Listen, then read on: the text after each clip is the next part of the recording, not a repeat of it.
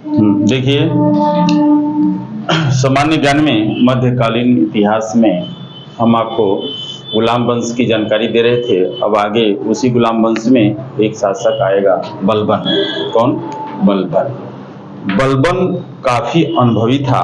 यह कुतुबुद्दीन ऐबक के समय से लेकर के इल्तुतमिश को भी देखा था, रजिया को भी देखा था, यानी कई सुल्तानों को यह रेगुलर देखा था। उनके शासन काल में यह महत्वपूर्ण पदों पर था, इसलिए इसके पास अनुभव बहुत ज्यादा था बलबन के पास।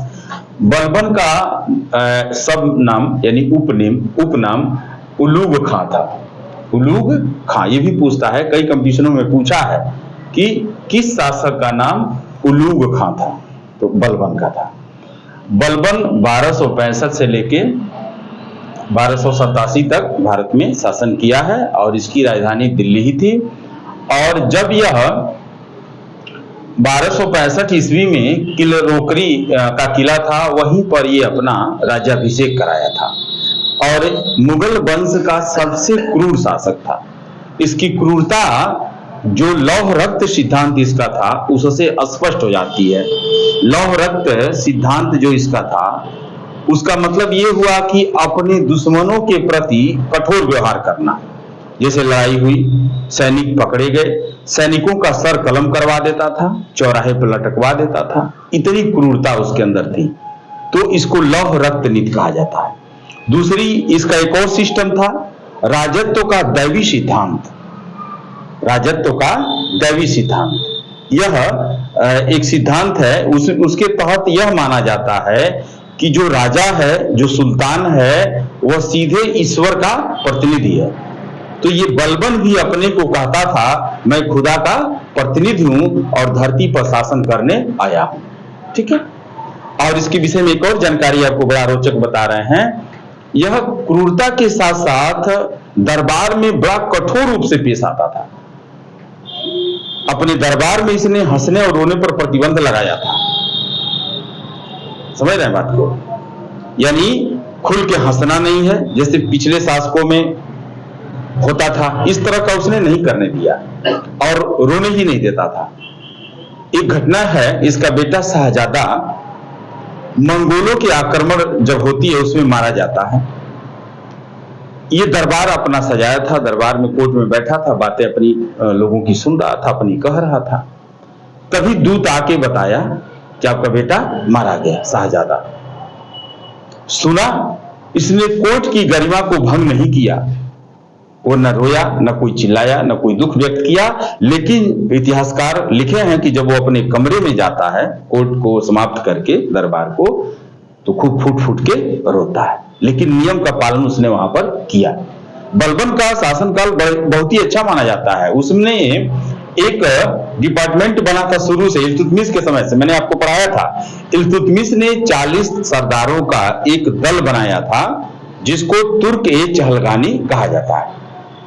तो बलबन भी उसी तुर्क-ए-चहलगानी में का एक मेंबर था।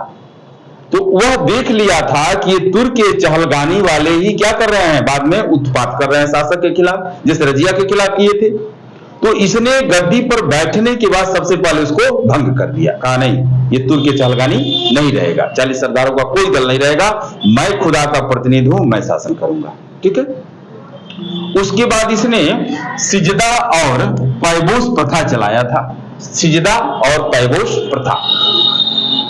सिजदा और पैबोस प्रथा का मतलब होता है कि आप राजा के सामने जाएंगे, साष्टांग दंडवत लेट के प्रणाम करेंगे, पगड़ी पहने तो पगड़ी उतार के उसकी चरणों में रखेंगे। ठीक है। तो इसने ये प्रथा चलाया था। कौन सा प्रथा? सिजदा और पैबोस। नौरोजी नव वर्ष मनाता था।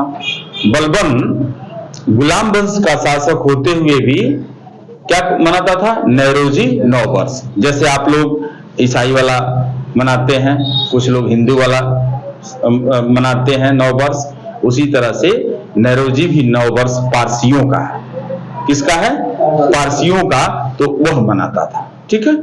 उसके बाद से इसकी मौत का कारण क्या था बता दे रहे हैं। जब इसका बेटा मारा गया,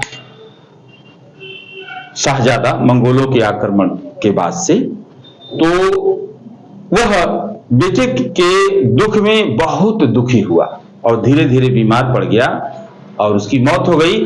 और ये भी जानिए कि बलबन अपनी ढलती उम्र में ही शासन पाया, गद्दी पर बैठा था, क्योंकि वो बहुत पहले से है।